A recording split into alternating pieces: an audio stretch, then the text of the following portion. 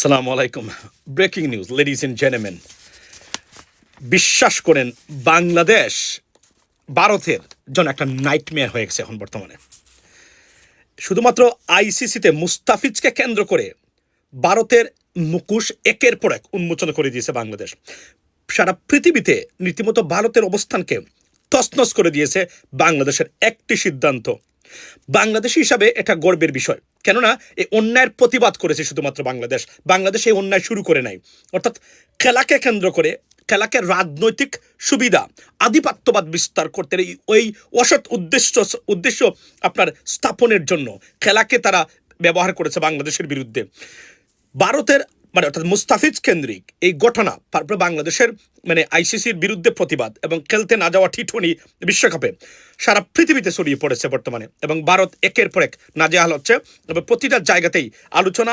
এবং ভারত এক কথায় বলতে গেলে ভারতের আধিপত্যবাদকে অর্থাৎ খেলার মাধ্যমে, পার্টিকুলারলি ক্রিকেটের মাধ্যমে সেটার মুখোশ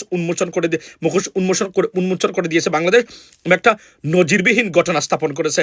ভারত যে কীভাবে সহ্য করে এবং কিভাবে দাঁতে দাঁত কামড়াচ্ছে, এটা বলাই বাহুল্য লেডিস এন্ড জেন্টলম্যান।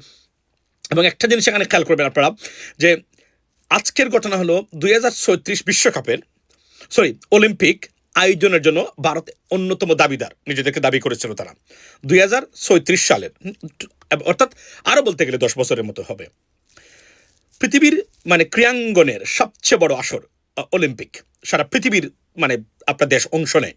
ফুটবলে হাতে গোনা দেশ, ক্রিকেটে হাতে গোনা দেশ, কিন্তু অলিম্পিক একমাত্র স্পোর্ট যেটাতে সারা পৃথিবীর মানুষ আপনার দেশ অংশ নিয়ে থাকে।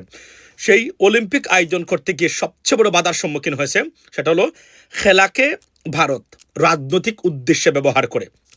ঘটনা কোনটা? যথারীতি বাংলাদেশের বিরুদ্ধে মুস্তাফিজ কেন্দ্রিক ইস্যু যেটা, বা আইসিসিকে কুক্ষিগত করে সেটাকে তারা রাজনৈতিক উদ্দেশ্যে এবং তাদের ব্যক্তিগত স্বার্থে আন্তর্দেশীয় সম্পর্কের ক্ষেত্রে তারা ইউজ করে বলেই সেখানে সবচেয়ে বড় প্রতিবাদ হয়েছে ভারতের বিরুদ্ধে।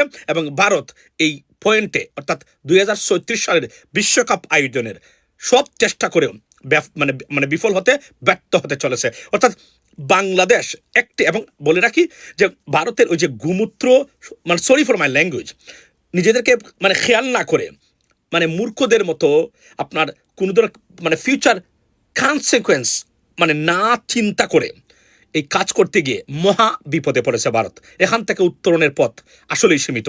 আমি বাংলাদেশকে বলবো, বাংলাদেশ কোনো অন্যায় করে নাই, কারণ বাংলাদেশ শুরু করে নাই, শুরু করেছে ভারত। শুধুমাত্র অন্যায়ের প্রতিবাদ করেছে বাংলাদেশ, এবং এই অন্যায়ের প্রতিবাদ সবাইকে করতে হবে। এই পৃথিবীকে বসবাসযোগ্য করতে গেলে অন্যায়ের প্রতিবাদ আপনাকে করতে হবে, না হলে আপনি যদি আজকে মুখ বন্ধ করে চেপে যান, এমন সময় আসবে যখন আপনার উপর সেই অন্যায়টা এসে পড়বে, প্রতিবাদ করার একজন মানুষও থাকবে না। That's what it is. Bravo Bangladesh cricket board, Bravo আমাদের নাজমুল হাসান ভাই, যে প্রতিবাদ যেখান থেকে শুরু হয়েছিল কোথায় গিয়ে ঠেকেছে শেষ পর্যন্ত। এবং বাংলাদেশ সারা পৃথিবীতে একটি নাম উচ্চারিত হচ্ছে এখন, বাংলাদেশ, অর্থাৎ ভারতকে টেক্কা দিয়ে প্রতিবাদ জানিয়েছে সারা পৃথিবীতে এখন আপনার আলোচনার বিষয় বাংলাদেশের আমি মনে করি বাংলাদেশের এই অবস্থানটা সারা বিশ্বে বাংলাদেশকে নতুন করে পরিচয় করিয়ে দিয়েছে।